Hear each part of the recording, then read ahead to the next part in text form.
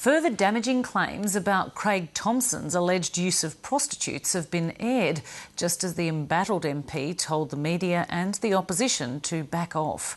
The government's supporting his call to lower the temperature and raising questions about the stress on the former Labor member. Political correspondent Tom Eggleton reports from Canberra.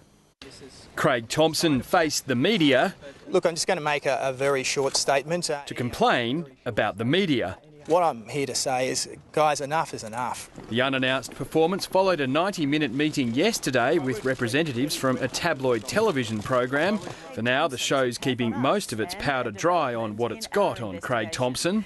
But first, the latest crackdown on disabled parking cheats. But it's building anticipation by letting details of its meeting with Mr Thomson known. We detailed a transaction on his credit card involving an escort agency which until now has not been identified. We also told him that we had spoken to a former escort who we have conducted an on-camera interview with. The former prostitute claims to have worked at a high-class escort agency, Channel 9 says, is linked to a credit card payment made by Mr Thomson in 2005, a detail Fair Work Australia's report apparently missed. Channel 9 says Mr Thomson declined to view a DVD of the interview in yesterday's meeting, then told his side of the story to a newspaper reporter.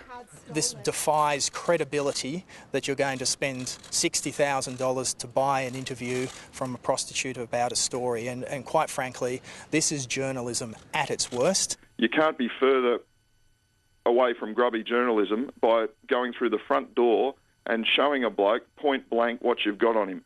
Channel 9 hasn't paid its source so far, but admits it's discussed money with her for after the full story airs. Well, I don't think she'd do it for a cappuccino, Ray. Mr Thomson's begging the media and the opposition to back off. Are they looking to try and continue to incite the sort of hate mail that we're getting, that I'm getting, that the staff are getting? Is this about trying to push someone to the brink? I would be worried about anyone, any MP that has faced the sort of sustained attack that Craig Thomson has faced. And Mr Fitzgibbon brought up the suicide of the late Labor MP Greg Wilton in 2000. I'm sorry. My heart just goes out to you. Australia would be better off without the feral quality which so often contaminates our public life. Mr Abbott said he had personal interactions with Mr Wilton at the parliamentary gym.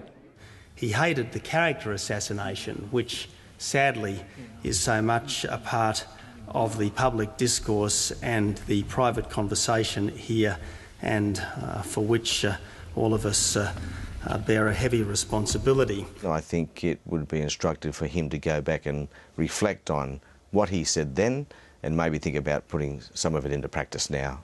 There have been informal meetings between the major parties to try and take the heat out of the white-hot political contest of late. Today, Mr Abbott told Parliament he can sympathise with Mr Thomson's position. All of us in this chamber, including members on this side of the House, have a great deal of sympathy at a human level for the member for Dobell. We have no sympathy, though, for a government and for a Prime Minister who have put him in this position by insisting that he remain in the Parliament when the honourable course of action for him would be to resign.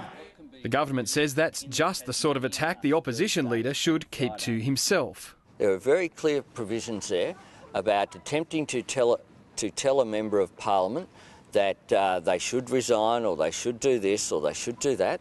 Very clear, not just in parliamentary standing orders, in the Crimes Act. All of this as the 11 members of the Privileges Committee are being asked to put aside their personal politics and investigate whether Craig Thomson misled the House on Monday. Just hours after one declared that this is a committee that doesn't leak, there was a leak. Now that's being investigated too. Tom Eggleton, Lateline.